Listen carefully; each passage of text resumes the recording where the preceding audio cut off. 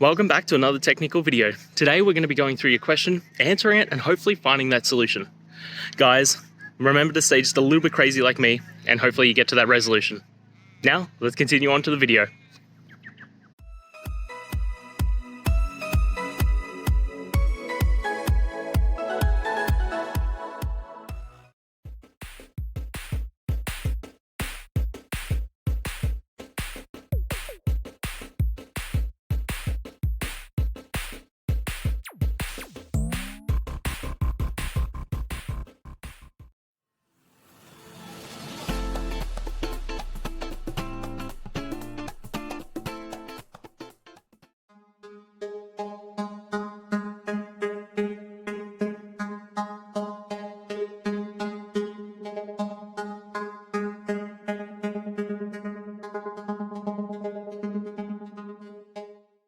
And that's it. I hope you found the solution that you're looking for.